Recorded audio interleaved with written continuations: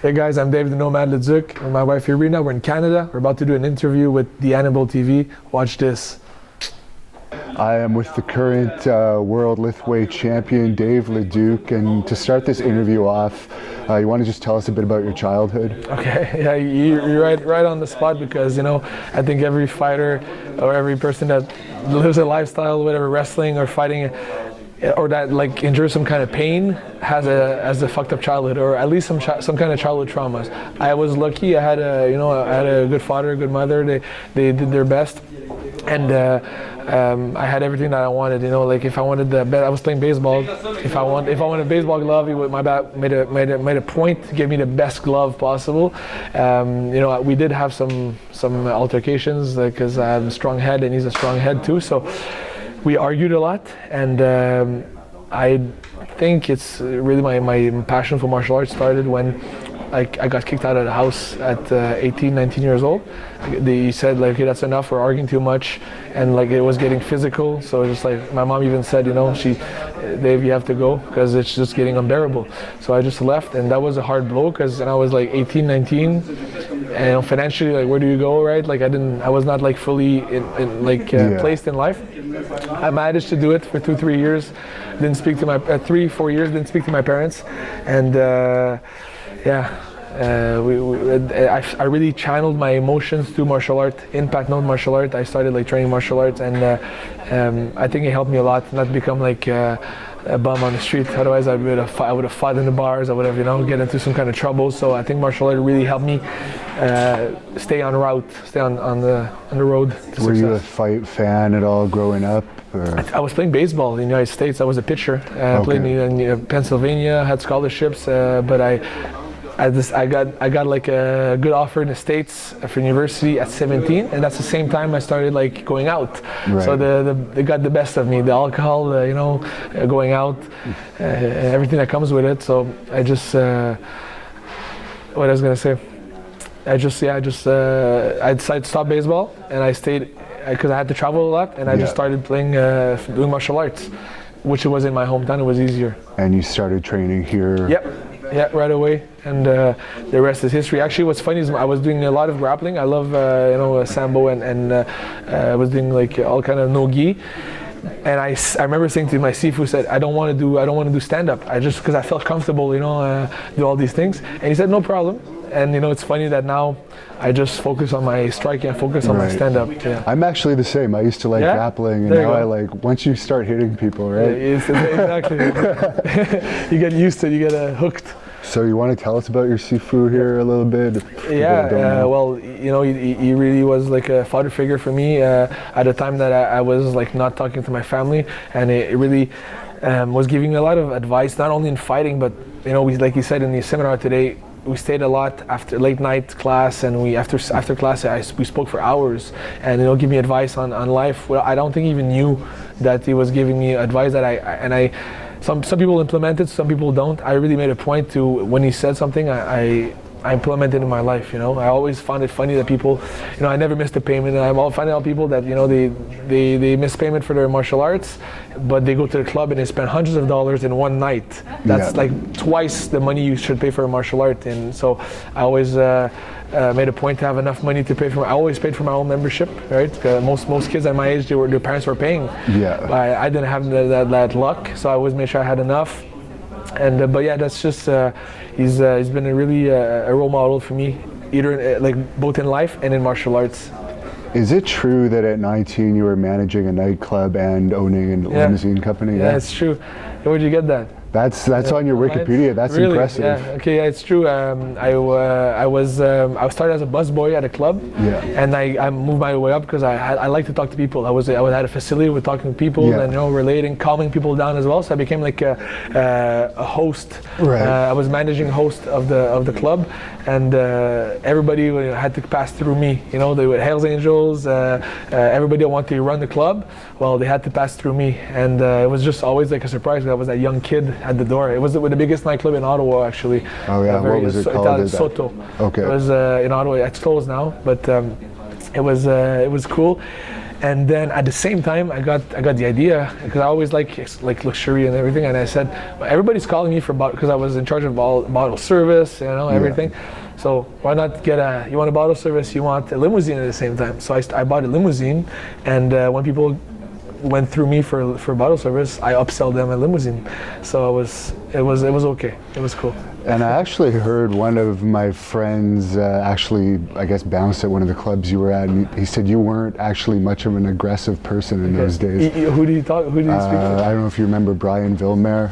Yeah, he said that he's surprised seeing your fights now because you weren't that aggressive. Like, you never had problems, but... Yeah, I mean, we got our hands dirty a couple of times. Like, I was in a suit, right, at the club, but I enjoyed going to scuffle a little bit. I remember we hired a bouncer, and it was a fight, and he didn't like jump in as much as I would like to. I grabbed the other guys, and I was in a suit, right? Fucked up my suit, but I like this. But when I think comes from my training, and you should be able to bring your demon out when you need to, and you should be able to be aggressive, and then be able to shake your hand or hold a baby. That's that's the way I see it. So I like to be as pleasant as possible outside of the ring. I was able to greet clients, but if it pops, let's do this. Let's now. Let's say me and you go to the club. Somebody touches our girlfriend's ass. It's not like let's do a 2-month MMA training camp. Let's weight cut and let's go. Are you the same weight? No. That's fucking now. So I always like that, but probably you didn't see me when it has trouble. It's okay like that. Yeah. Well, he doesn't doubt your skills, but he just said watching some of your fights, he was shocked. Now, speaking of your fighting, you started by having amateur MMA fights. You want to tell us about those? Like I said, I really liked fighting, and I saw my friends doing fights. At the time, I was doing a submission fight league. I was heavily involved in grappling. I like grappling, which people don't know because I do stand up, the most intense striking form, right? But I like it, and I do the SFL. It was called Submission Fight League. It's still happening nowadays in Montreal, Quebec cities, and everywhere. And I saw my friends fighting and doing good in MMA. So I said, let's try it. And I did fight nights, one by KOs, and then we did amateur fights. I did 2 of them by guillotine and 1 of them by decision. So I liked it, but then I did some stupid decisions. And pro, I never cut weight in amateur, and it's a big. Usually amateurs, you're supposed to learn how to cut weight, right? And you get used to it. I was just fighting at my walkout weight, but then in pro, I accepted a fight a bit too low, 155, 170 or something. So I passed out in the sauna. It wasn't a good move at the time, I never refused a good challenge, and that was good. A couple of years ago, when my now I have a ring experience, we'll see. Maybe I have a lot of offers in Asia to go back, like ONE FC and everything, but. I have nothing to prove. Like, I know who I am. I know what I am able to. I prefer stand and bang. I prefer the striking, but I train my ground, weekly, because I think in order to be a good martial artist, you need to be good everywhere. And you're the best in your sport right now. So why would you switch sports? It's a branding thing at the same time. I'm thinking, would it affect my brand, right? And even if I win, I want to focus on this, because most champions before me, the Burmese guys, they were champion, and they accepted MMA fights, accepted Muay Thai fights, and I feel it doesn't give a good direction to the sport. You need to really dedicate your life to this, and if I don't do it, who's going to do it? So I'm really, they have to pay me a lot in order to go back. And you're young enough, you still have a long career left in that sport. Hopefully, yeah. So do you want to tell us about your first trip to Thailand and what led to that? Yeah, so actually, first trip was just, I wanted to move out. Like, I was never like, I always wanted to be the black sheep. I didn't feel, it was something missing in my hometown. So I just left for a month, and I did my first pro fight, my pro striking fight, and I won by TKO. I was happy, and then I got hooked. And I wanted to stay, couldn't, and then that's when like people said, nobody wanted to fight a certain guys in MMA. I'm like, let's do it, but it was a bad decision at the time. It was my pro debut. They were already almost on the verge of going to the UFC, so but most people are very protective of their career. Yeah. I just said, let's go, let's fight, right? But anyway, then I did They those. both had good careers. Yeah, too. they were very good. Yeah, exactly. No, it's two good opponents. But then I went to I wanted to focus on striking, and the league, it was S1. It was called a striking league. It was supposed to happen. Okay. It was prior to TKO opening in Canada. TKO, the same branding, same thing, was supposed to be S1, and it was a hybrid set of rule of striking. It didn't happen. But like I gave it all. I was training. It was like, and I said, if it's not happening, I'm going to Thailand. I'm going to Asia, which I did, and then never came back. So I just wanted to, because it's illegal here striking. That's why it got canceled. It was illegal. Right. The Muay Thai is illegal in Canada, right? Yeah. And the reason why I went, like I said in the seminar, the reason why I went to Thailand is because Myanmar was pretty closed borders at the time. Still, now it's easier. You can like e-visa online. Yeah. But my heart was always in Lethwei, because my Sifu showed me black and white videos of Lethwei years ago. But training-wise, there's a lot of sparring partners in Asia. Thailand was an easier move for me. Get ring experience, get everything. And then after that, I got the call to go across the border to Myanmar. That's where the action started. And when you were living in Thailand, what was the biggest thing about adapting to culture there? Okay, well, I'm a nomad, right? Like people come, so it's pretty easy for me. I was sleeping in this really small house. It was pretty.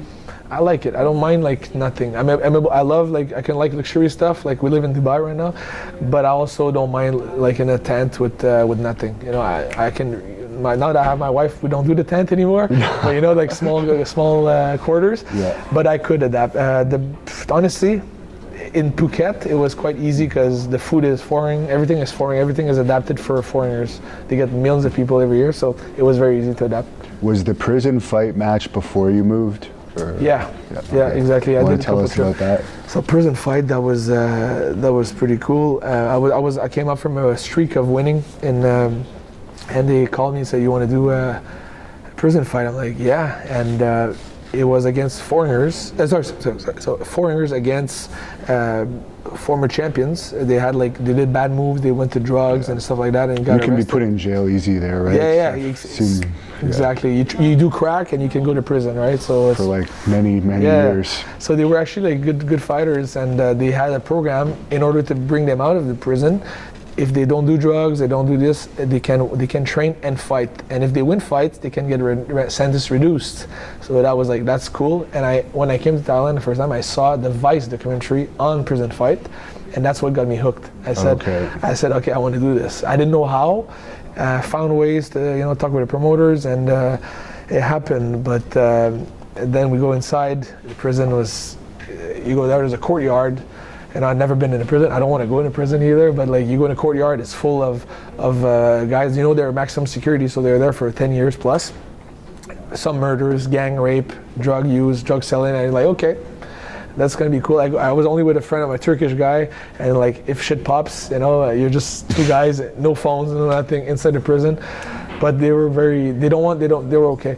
We go inside, and there was Backstreet Boys singer, not the singer, but the guy was singing Backstreet Boys, "I Want It That Way," "You Are My Fire." He was singing that inside the prison in Bangkok maximum City. So I was like, where am I?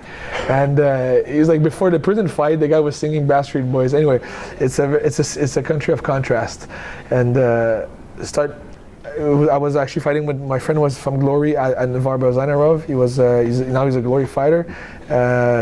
He lost, unfortunately, and most people lost. Me and an Iranian guy won. It was 7 foreigners, I believe, against seven guys, and only 2 of us won. Oh, I see. Yeah, it was cool. So he didn't get his sentence reduced. And that was part of an actual documentary that people can look up, Prison Fighters, 5 Rounds to Freedom. And were you training with Tiger Mui Thai at that time? Yeah, exactly. Could you tell us about that? When I was in Thailand, I was always training at Tiger because I was introduced there early when I came, so I just stayed with them. I'm very loyal in for this. And I was training there, but it was really just a lot of bodies. You can train, you can spar with people very easily. So people come and go, so you don't really afraid of hurting them or whatever. So it's cool for that. But technique-wise, it's just they don't speak English, and they didn't, and I didn't like when they teach me anyway, so I never really learned anything. You know, my Sifu always told me, keep your essence, don't try to change for them. They wanted me to be in the Muay Thai box. Thank God I didn't do it. Thank God I listened to him, because, and then fast forward when they called me to go to Myanmar, if I would have been in that Muay Thai box against a Burmese guy that doesn't care about points, that just goes swings for the fences, it would have been a different story than what you know. I wouldn't be sitting with you right now, you know. So I think you have to be a bit unpredictable, a bit different, because everybody nowadays almost fights the same. You know, they check kicks, they go and so Thai fighters, Thai champions that went to Myanmar usually got dropped and hurt pretty bad with the headbutts and the bare knuckle and everything, because of the pain threshold. They're not used to it. Yeah. To get punched in the face with 8 ounce or punched with just a bit of gauze, it's really different. You know, you don't want to take 25.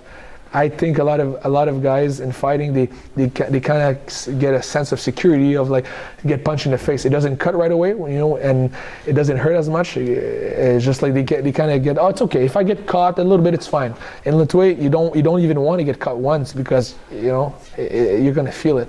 So I just did my thing, sparred with the guys there for a couple of years, and I was ready for the when they called me for Lethwei. What are the rules for Lethwei for the people that don't know, and the traditional rules of the one that I'm most interested in is you can't win unless you knock the guy out, otherwise it's a draw. Yeah, exactly. Me too. That's what attracts me the most. Well, the rules, I like to say there's no rules, but obviously you can't eye gouge, you can't like kicking the balls. I know the basic stuff. They want to make a ring sport out of it. It's KO only to win. No gloves, headbutts allowed, takedowns allowed, so you can do suplex, you can do double legs to a certain degree. If you just shoot all day, they're gonna warn you, but you can do a lot of throws, and yeah, exactly. So it's headbutts are allowed. That's the most striking thing when you see a fight like this. Okay, but for me, the thing that's the most like different is the fact that you don't kick as much. If you see a Lethwei fight, it's going to be more hands, more elbows, more straight to the point. Okay. Because you can break your hand easy, like Chris Lieben just broke his hand in that bare knuckle fight where nobody got paid but him, I guess. Oh, I don't know if you heard about that. I heard Phil Baroni didn't get paid. No way. Yeah. Who broke his hand? Chris Lieben broke his hand hitting Phil Baroni, which cost him $25. As long as he got paid a little bit for breaking his hand? Yeah. Shit. But no, I guess the promotion that ran it was very underhanded. Really? Okay. Their bank account has been seized. So that's bad for the guys. What's the pay like for that? Speaking of, I can't really tell you the amount, but let's just say like for your first fight, let's say. First fight, oh, that was not good. That was not good. I mean, when I was fighting Thailand, it was a $200 a fight, Canadian. Right, so it was like nothing. You fight in local stadiums. I'm thankful for that, because you get a ring experience. But then the first Lethwei fight, I actually got screwed. It was supposed to be like $1,000 US. I think I got $800, and then I canceled. I fired my manager there, and then I started dealing with my way, because I spoke with a couple of my friends in UFC, and they said, just manage yourself, and then it skyrocketed once we got the belt. So I won the second fight, I got even more money, I won the belt, and then I said, okay, now it's on my terms, and then we got fights in Japan, 3 fights in Japan, and Tokyo, obviously. Then but let's just say that I made a point, because I'm under contract, but I said I made the point to my wife that I don't want her to work. So I say I feel better as the main provider, and Dubai life is not cheap. So so I'm happy enough that we found a way to to get accepted in the country. Government is backing me up. We have a lot of big sponsors in Myanmar. The country's like, it's old money. Back then, like a small smart car, like the size of a smart car, was sold $250,000 US when Myanmar was closed. Like a normal Civic car was sold like $250,000. It's just old money. So when we came in, it just happened at the same time as the growth of the country. And I hopped on the wagon, and let's just say I don't really care about going another big promotion because of that,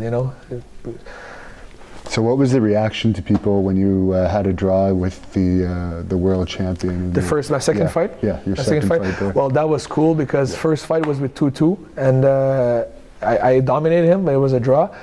He was disfigured pretty much, and it was pretty cool. Then I got challenged by Tu Tun Min. He was the 80 kilogram champ, so it was the open weight champ. Actually, it's funny because we shook hands after the fight. I kind of felt it was coming. You know, after the 2-2 fight, he was a 75 kg champ. I went outside and I saw Tu Tun Min and I said, "Good fight." I don't think he even understood, you know, it was a good fight. And I said to my wife, I said, "I think I'm going to fight him soon." You know, because then in the hotel room at night they knock and they said, "By the way, we liked you so much. You're fighting in 2 months, Tu Tun Min for the belt." I'm like, okay. Then we draw it, but it was like it was a good battle. And the second fight, I mean, I think I dominated, but you know, he got me a bit the first 2 rounds. Again, I have to say they had to lie on my record. You know, they had to say you're 14. I was 14 fights, I think, or 10 fights. He had 60, 70 fights, all KO'd almost, right? So it was they had to lie, and where I was going with this, and then he said. They said basically I had to adapt fast because he's been there, 3rd generation Lethwei fighters. His grandfather, his old great grandfather are fighting, and I'm there, a guy from Gatineau, Quebec, Canada. You know, doesn't know the culture, doesn't know much of the sport yet, and okay, you're fighting there, so you have to adapt fast, adapt or die. So we drawed. I was happy to get the draw. Then the second fight. That's when I started, like, instead of teeping the body, because I was teeping the body, he was catching it and sweeping me for the first round or 2. Then I started teeping the leg, and that's why they changed the whole thing, because he was a bull, you know, he really is an aggressive guy. So when I was teeping the leg, he couldn't come as much inside of me. And basically we managed to catch a throw and like fucked up his knee when he fell down, and then it was the beginning of the end. We won the belt, and then that was a shift. I think it not only shifted the sport, but it shifted the country, because it was the first time there was a non-Burmese champion, like a foreigner. Even though they like me and I like them, and I present myself, you know, I respect the country. I'm still a foreigner, right? And at first it was quite hard. Like they were like throwing bottles and stuff, and then they said, like I say, don't go. What do you say? Please don't be careful when you go outside in the small shops. Maybe they're gonna try to, you know, put something in your food. I'm like, really? Okay, but honestly, that was misinformation. Burmese people are so kind; it's insane. So I never feared nothing, you know. So then. We went to, he had 2 years to, you know, he didn't fight anymore because he had to do operation. He was really, I think he was hating me. He was meditating in front of my picture, like, "I hate you, Dave," right? So yeah. I continued, and that's when I did the fights in Japan. We defended the belt like 6 times in 1 year. You're huge in Japan. I found out about you through a Japanese friend of mine, which I was amazed at. Cool. But, yeah. It's funny, we fought 3 times last year in Japan. You're more known in Japan than you are in your hometown, which is crazy. Probably, yeah, it's crazy. They love fighting. So in Canada, like fight sports is illegal, so we like hockey more here. Yeah. But me, that's why I went abroad. I like fighting more. But I was gonna say. I knew the fight was going to happen. The trilogy, the rubber match, I knew it was going to happen. It was just a matter of time until he's ready to come back. And yeah, the last fight, it was in Myanmar. Okay. Yeah, was that before Japan or after? Japan, it was only in 2017. This year I didn't go. Yeah, exactly. So you did defeat him in the rematch again, right? Exactly. So you want to tell us about your 3 fights in Japan, how the sport was accepted over there? Well, wrestling is big in Japan too, right? Yeah. And they started like Pride, they started K1 there, so it's big. And when I was there, it was like a childhood dream of mine, because I was playing Street Fighter when I was young, and you know, you got E Honda or whatever that goes to Japan. You know, I really played that game a lot. So when I got the offer to fight Lethwei in Japan, I was ecstatic. And always, you know, we have a pact with my wife that we don't travel without each other. We don't spend a night apart, and in 3 years we never had a night apart. So I said, if you want me to fight, you have to pay for my flight ticket, my wife's ticket, and everything. And they, you know, everybody accepted, and then it was just good welcome, very calm crowd. You know, they're not like very loud. Depends when. I did a big spinning elbow, my first defense there, a big massive spinning elbow, and I saw a couple people, you know, just clap. It's just they're more poised. I think more poised people. But they come to the fights, you know. They're calm. They're not like Burmese with, you know, but they come to the fight. They like their fights. Yeah. Were you having dinners with sponsors there too, and well taken care of outside? Yeah, exactly. No, we got taken care of very well. I think I'm very happy. You know, people see Lethwei as a third world country, the national sport of a third world country. Yeah. But you know, it's like an American gangster, Denzel Washington. When he has money, he likes to take pictures with the boxers, right? Once you have money, you want power. So all the people in Myanmar or Japan that have money, they want to be friends with the Lethwei fighters because it's the next big thing. It's the cool thing, right? Yeah. So I can't complain. I can't complain how they were. How is it for you now on the streets in Myanmar? Like, can you walk the streets without getting the best thing would be ask my wife, but let's just say that I can't. Yeah, it's quite hard to walk peacefully. It's always selfies, pictures. I mean, I don't like it. I'm in this, you know. It comes with the fight game, but you'd rather be in negative 30 degree Canada than there. Yeah, exactly. I'd rather do this than be in negative 30 degrees here. That's for sure. But we kind of stay in hotel most of the time because, or if we do like an event, I go and I'm aware of it. But yeah, it's a lot. There are 55 million people there, right? So it's like 50 million more than Canada. So there's a lot of people in the streets. Now, being the open-weight champion, not having to worry about cutting weight, is that something you're happy about? Do you think size actually matters? I think it does. I think like weight matters, to be honest. And I fought a guy who was 93 kg. You know, he was bigger than I'm 80. I actually think though that in striking, when you don't have two bodies like pinning each other on the ground and everything, it matters less. You know, you saw you saw Fedor Emelianenko win against giants in Japan. I believe that especially without gloves, you can cut, you can hurt as much. You know, if we're both bare knuckle, you know, you're way bigger than me, both bare knuckle. A knuckle is a knuckle in the face. It can both cut. What the difference is when there's going to be maybe a bit of takedowns and wrestlings and the impact of a punch. So the job as a smaller guy is to avoid punches. So when I fought, you know, he was about 15 kg more than me, which is a sizable difference. I had to like avoid more. So I was trying to be evasive. He got me a couple shots in the face, and I said, okay, that's the difference from an 80 kilogram guy. But then I started going inside with the headbutts, and really fucked him up with the headbutts. And but I really like that the no weight, because I'm really against the weight cuts in UFC and in Asia as well, against weight cuts. It's a big, you know, people die from that in Thailand, and UFC people are having a hard time with this, hospital. So I'm glad. I think it's better for the long term. And I feel energized. I feel really strong. You know, I just eat chocolate. I eat whatever I want. And I'm on weight. You know, so it's amazing. To be honest, the hardest fight I've had was against smaller guys. You know, I've fought, you know, from 5'11", 5'10" to 6'3", you know, taller than me. And you know, the hardest fight was the Burmese guys, because they really it takes a tank to knock them out. You know, and I also, you know, the bigger you are, the more oxygen you need to fuel those muscles, and cardio maybe is not as good. So I think around 80, 90, you're like in a great shape for, like, you know, be explosive but also be strong. You know what I'm saying? Too big is not too good, and too small is not. You can be bullied. But a nice middle. So.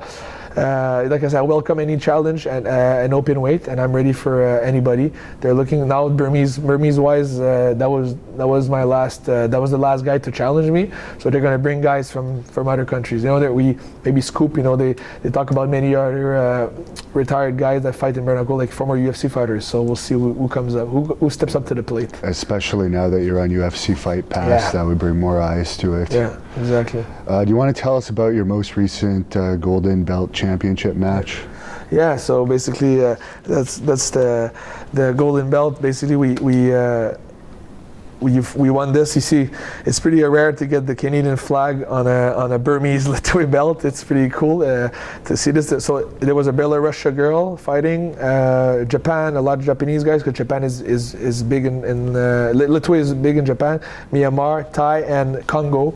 So we pretty much put Canada on the map. And but I was very excited. I was so focused about this fight that I made sure that I brought Sifu, and my coach, Sifu Patrick Marcil, 24-hour plane ride. It's not something small.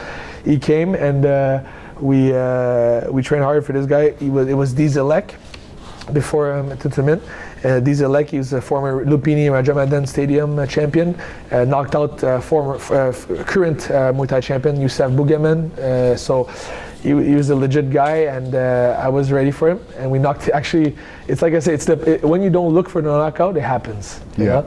And I was expecting I was ready for 5 rounds, but then I knocked him out in the first round with an elbow. So I'm happy, easy paycheck. And one thing that the North American fans might find interesting is in your sport, you could be knocked out, yes, and there can be a timeout, and the guy can be revived. Yes, I know. I mean, I'm a big proponent of traditional rules, but this is like something crazy for the brain. Like, it puts your brain into jello. Thank God I'm touching wood. I didn't have to use my timeout, but everybody in the fight, most fighters have 1 timeout each, so 1 2-minute each.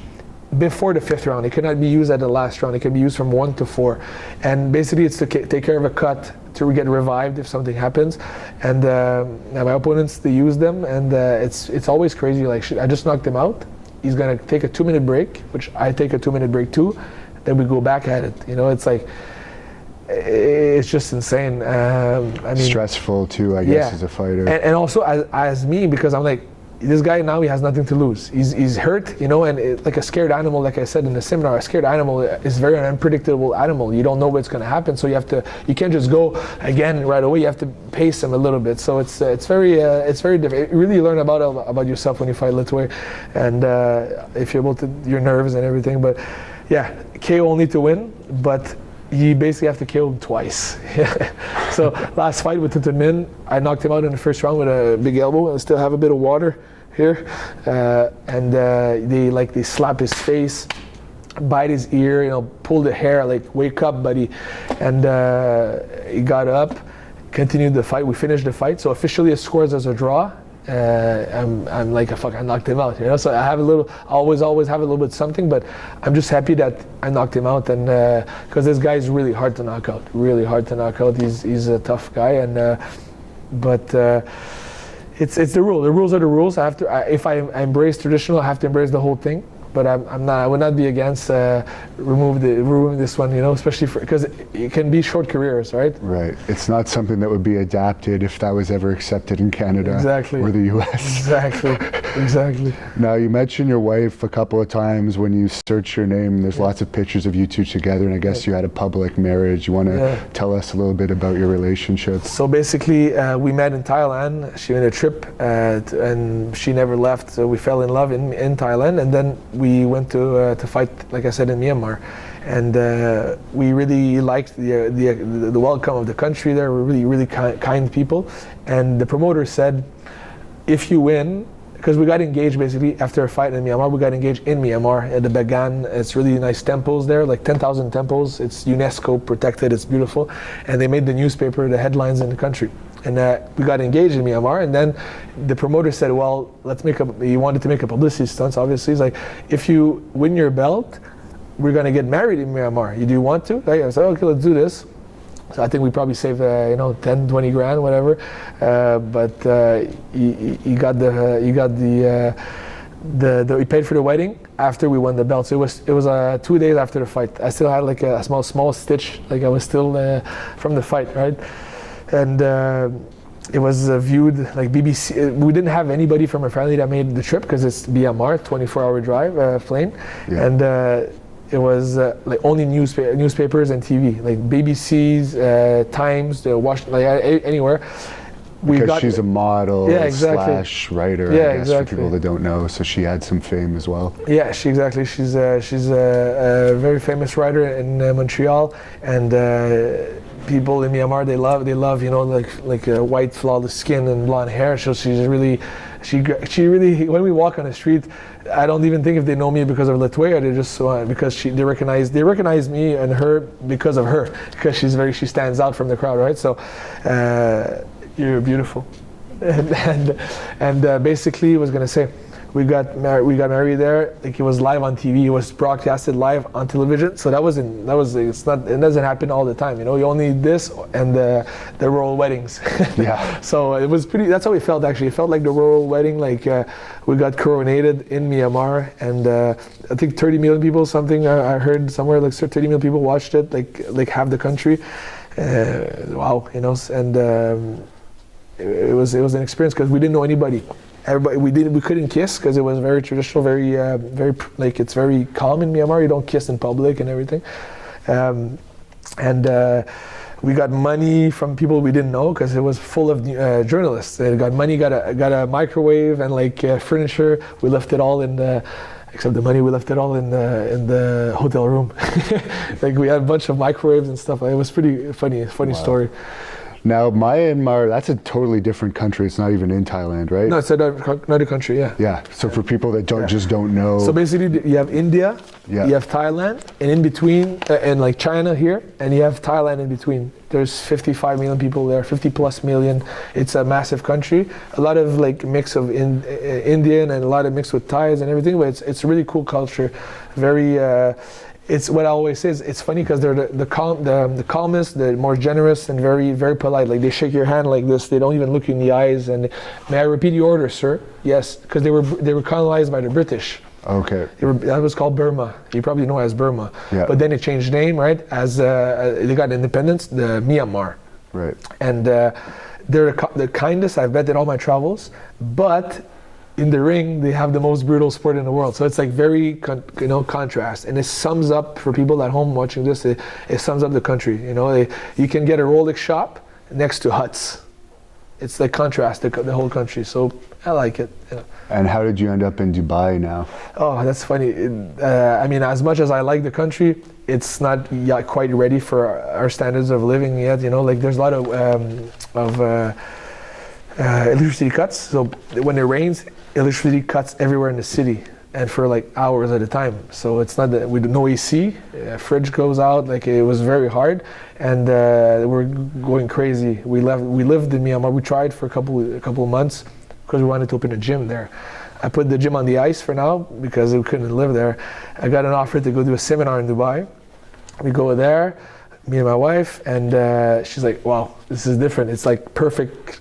Clean streets, everything is like, speak and span. And she's like, I want to come here. Raining season was coming in Myanmar, so we kind of dodged a big bullet, you know what I mean? Because you can't go out if it rains, and if you stay inside, there's no AC, so you're just like losing your mind, right? But I suggest people go visit then where there's no rain, like in the summer, right? And I was gonna say, and then before leaving the seminar, I prepaid the year of an apartment in Dubai. That's how much we stay. So we came back to Myanmar, packed our stuff, and moved to Dubai. So what do you do for sparring partners there? You bring them in? I got a couple guys, MMA guys from the Phoenix MMA. It's like the Phoenix Championship is a big promotion in the Arabic countries. And my friend Moïse Ribon, he fought Nogueira, fought a couple of good guys. He spars with me there, and a couple of Muay Thai guys there too. Yeah. And you mentioned you're doing something with Boss Rutin. Can you tell us about that? So, and we're scheduled for, because we couldn't do a seminar. He wanted us for a seminar of Lethwei in his gym in, I don't know what city, I'm not sure where. I think it's LA. And, but he couldn't with the events because now he does bare knuckle boxing events. Yeah, that's the one. Exactly. Yeah. But now we're gonna do like a Lethwei Tuesday. We're gonna do a technique show together. I'm very excited about this because he fought bare knuckle too, and I respect his career very much. So you're just going to be in the area, and you're just gonna hook up with him. I'm doing a seminar in LA and at another gym. But we're going to do a seminar. We're going to do a training together. And you're saying John Jones reached out to you too? Yeah, we follow each other on Facebook, on Instagram, and we talk a little bit. And so it's and also a couple of good guys. So basically, I'm just happy that the other mainstream promotions, fighters, are noticing and they like Lethwei. They want to learn it to give them the edge for their sport, because actually Lethwei can be very beneficial for MMA. You know, as a you use your. Oh yeah, I felt what you did to me in the seminar. You could use that to move 100%. Someone. You can't strike, but you can head pressure. Yeah. It's actually it's something that's probably taught in sambo and amateur wrestling. You exactly. Could use it too. You did wrestling, right? You did something. So there you go. It's just not a lot of people train it, I think. Yeah. They don't teach it though in amateur like the way you teach it to be painful. Here's the edge. So, come to the seminar. That actually you didn't show it. It's good. No, that's good. I'll keep that one. I should have took the smaller guy, because I take the bigger guy into place and it doesn't seem like it's hurting. I felt it. Don't worry about that. Is there any fighters that you watch now that you like to watch? To be honest, like I barely have enough time for myself right now. Like we just like seminar, sleep, hotel, like move. Like the next month is gonna be insane. We go to the first ever Lethwei seminar tour in US. So it's gonna be like Denver, Michigan, LA, Los Angeles, Austin, Texas. I'm excited for that. When I have time, I watch Burmese Lethwei. So I see like older fights, and. Yeah, good question. I watch the highlights of like events. You know, I see like whatever who won. I stay updated. I try to stay updated, but I don't follow anybody in particular. Because I'm really dedicated to Lethwei. Right. I try to spot the new upcoming guys to see, but you know they're not on social media, so it's hard to. I try to bring eyes on them for the Western world. Man. What's the best general fighting advice you would give to a fighter watching this good question. Is competing? Probably, first of all, they need to have like some kind of pain threshold. You know, it doesn't matter. You did wrestling. You've had your share of this. You know, and people think wrestling is fake. Well, you have to be tough as fuck, right? You get. I also been a bouncer for 16 years. There you go. There you go. So I think you need to have some kind of pain threshold, because you can learn as many techniques as you want, but if you can't take one in the ring, it's going to be useless. You have to have some kind of, and you have to have maybe a childhood trauma, some kind of gives you that will to go fight. But I would say train your neck, because if you get clocked, you get punched, you have more chance on your not get knocked out. So any martial art that you get strikes, or even wrestling, right? Train your neck. Have a tree trunk. You know, I like this fucking thing. And you showed us some exercises today. I know they were fairly basic, because there was a wide variety of people training. But is there any more advanced? I like to do other things. That's my personal thing. I like to get like the strike in the throat. So I think the more you do it, that's my idea of it. You get like the sternocleidomastoid. It's called the big group of muscle. Kind of grows bigger and grows on top of your trachea, so you can actually get like eagle strike without like getting your trachea collapsing.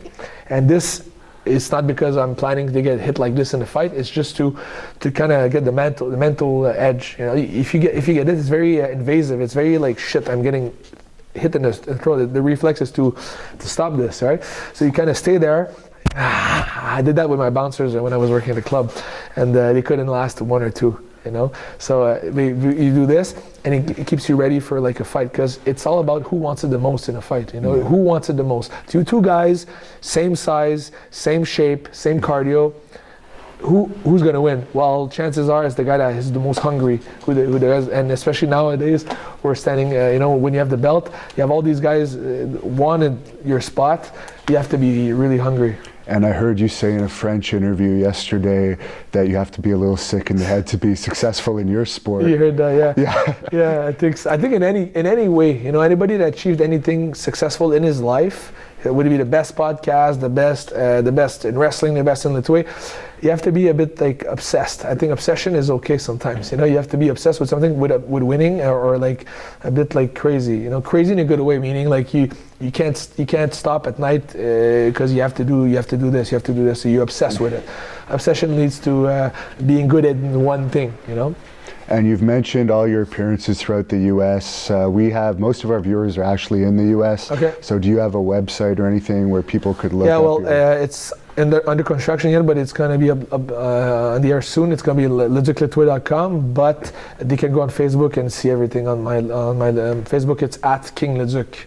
Okay. Or Dave the Nomad Leduc. They can find me pretty easily, but everything's going to be there about the tour. But yeah, I like what you say. Like you have to be a bit sick, and when you, especially when you did wrestling and all these things, you have to be able to be a bit different. I think normality is sucks. Being normal sucks. You have to be a bit. I like to be a bit different, and that's why I chose a different sport, because it makes life a bit more exciting. Being the black sheep. Yeah. It's actually probably the most violent sport in existence now. Yeah, this and Vale Tudo.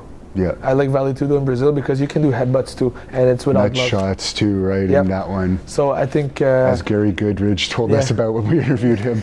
Yeah, excited about that? Like he did Vale Tudo and he won one fight just by punching a guy like 5 times in the balls. Oh, the balls? Okay. Yeah, it was allowed. Oh, really? Okay. Yeah. That makes a different fight. It's cool. I respect that. Yeah. I think eye gouging and all these things, you need to know these things in survival modes, right? Yeah. But that's would you cool. really want eye gouging included in yours? That's the thing, because I mean, I like it. I like the fish hooking and stuff like that, and wrestling and everything. But I mean, you wouldn't have a ring sport as much. But people could say the same thing. Do you want headbutts? To be honest, I wouldn't be against. It would be very realistic as well, because Lethwei is very realistic as a martial art. But yeah, I wouldn't be against. Let's say we're clinching here, and you would go around and grab the mouth for a fish hook, and then elbow. It would be real scenarios. Yeah. And if you're practicing headbutts like you were showing us today, you're practicing the defenses too, so it's not as dangerous for you. And you're not just become a guy that just knows that headbutt. You have to be able to defend it and everything. So, but I think right now, Lethwei is the closest we can get from like a street fight without going to jail. Like it's without a doubt the most effective striking sport, like stand-up striking sport. You can do takedowns, like we spoke about, and it's straight to the point. I think we're going to see a big influx of people going to Myanmar the next year, especially now that it's easy to go with e-visa and train it there. I think we're going to see 1% of people fighting, right? Not everybody fights, but my goal is to make this. I'm building the Leduc Lethwei curriculum at the moment, so to make this as a self-defense. It's not like you see kids going Taekwondo in a young age. I'd like to see kids going to Lethwei at a young age. You know what I mean? Yeah. So you would build a new generation of fighters and girls fighting Lethwei and training Lethwei just for purely self-defense. And you're doing an online school. You were saying in the seminar, you're moving. You're getting another house too somewhere in Cyprus. We're Cyprus, gonna have like a small peace heaven there, to be able to film all those videos. I'm gonna, you'll come on the video. You come to do a video with me in Cyprus. We're gonna do like 300, 500 videos to show all the techniques. Because people message me every day like, I want to train Lethwei. How do I do it, right? Well, they have to come either meet me in person, and there's no Lethwei gyms in their cities. So until then, we have to have an online academy that you can train together. And you do have some videos on your YouTube channel. I forget the exact name of your channel. Lethwei. Leduc Lethwei. Yeah, it's very entertaining. Thank you. I like the tip of sharpening your elbows with the knife. You don't say the secret. Yeah, you have to sharpen those elbows. And any final thoughts you want to say to not only your fans, but fans of wrestling and MMA that might be finding out about your sport for the first time watching this? Well, I think they should have an open-minded and to train it in order to be like the most complete as possible in their life, and they can implement a lot of stuff from Lethwei, like the head pressure and the hands and wrist conditioning, to be a better martial artist in their sports. Because like I said in my seminar, right, you have friends of mine that break their hands or break bones with gloves and hand wraps. So in order to not get hurt in Lethwei with a bit of gauze and a bit of tape, right, you have to really condition those and know how to strike well. Even the jab, instead of jabbing like this, like most people, like this, I feel there's more give. I do my jab open, like vertical like this, so it pierces the guard more. There's a lot of stuff that people can add to their life, but to be honest, it's train their neck, train your knuckles, train your pain threshold, a lot of body conditioning, size is not the crucial thing. You know, you can be very stiff and in French they say like not nervous, but you know, like about nerve. Yeah. Like I mean, like nervous. Like you're you know, I'm not a big guy, but you have to be stiff, basically stiff. Yeah. And I think that's I'd rather be too stiff than, you know, too slow, right? So you want to be like fast and explosive, and I think that can be the edge, especially in Lethwei. There's no room for error, you know. But train your neck, train everything, and obviously train the headbutts too, because you never know if something's gonna happen in the street. Somebody grabs you by the neck, boom, headbutts there, right? There's a lot of ways to feel confident while walking with your wife in the streets. Yeah, I'm definitely going to practice the headbutts. Yeah, I actually got headbutted a couple weeks ago, and it didn't knock me out. It actually made me beat the guy faster. Did you cut? No. Yeah, it cut me open. Yeah, it happens. But you won. That's good. It made me more interested. Yeah, that's the thing. Most people think that headbutt is a knockout, right? Yeah. It's most of the time it's not. It's a way to create distance. Like I would use my head to create distance and then strike. And it just inflicts damage. Maybe like some people that are not like they're not used to get cut. Like for example, you're more used to it. You know the game. Some people they would panic, right? So it's a good way to this, and it stuns the opponent. So diversion for other things. But always like if you do a headbutt, you continue. It's like until he's on the ground, not just one headbutt. Oh, I won. No. If somebody hits me on the nose, like you say, you're mad. It's on, buddy. You know, it's not. It doesn't stop there. So headbutt, elbow, uppercut, blah blah blah blah, and that's one of the things I wanted to say. Actually, that the stigma of like, oh, headbutt is always a knockout. Actually, until my last fight, and I didn't do a knockdown with my headbutt. I did the last fight. I was happy. Good for the highlights. But before that, it was only setting up other things. Yeah. And the last question, I forgot to ask you this about your training. Do you do much running in your training? Yeah, probably that's the reason why like I don't gain weight, because I do a lot of running. You know, you should take glutamine to not use your muscle mass. If you do a long distance running, you can lose muscle mass. But I feel the fastest and the sharpest as 80 kilogram. So I don't mind running, you know, kilometers on kilometers, because I like the mental state. I think a lot while I run, and it keeps me lean, keeps me ready. So I do a lot of running, sprinting, combine it with both. But it keeps me also lean. You know, I can eat whatever. I like to eat sweets and like potatoes. My wife makes a lot of Russian dish with potatoes and stuff like that. So I can eat what I want. I run it out, and and you know, strength conditioning. But straight to the point. Yeah. And I know there's probably no testing in your sport. You don't look like you're on anything. I got the offer many times to try it. But I noticed in the Tiger Mui Thai videos that some of the guys looked a little juiced up, but like you clearly aren't. Yeah. But just for the record, there is no testing over There's there, no right? testing for this. There's testing for blood test. Yeah. It's actually better than before. Before they didn't do it. Yeah. So now they have blood tests. At least I won't get HIV. Yeah. But honestly, I could have done it easily. I could still do it. They don't test it, but I'm afraid of the side effects, and I want to go natural. You know, I like to, and I try to find the ways to bring the demon out without taking Anavar or without taking a bunch of bullshit, right?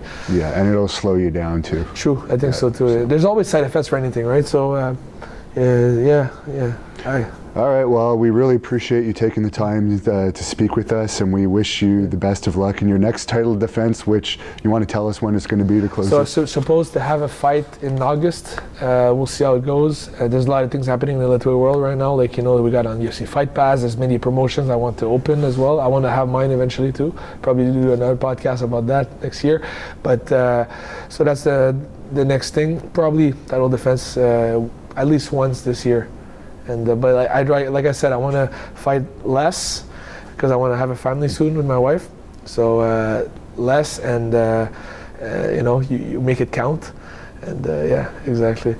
I really appreciate the time. I hope I answered a lot of questions about the sport. It's very, you know, unknown until a couple of years ago. So we're putting on the map. Well, you're respected by a lot of very famous people that I've met in the fight world, so you're definitely getting on the map. I agree with you there, so thanks a lot. Appreciate it. And next time we meet in Myanmar, where I show you around in Myanmar. Definitely. Good job. Thanks.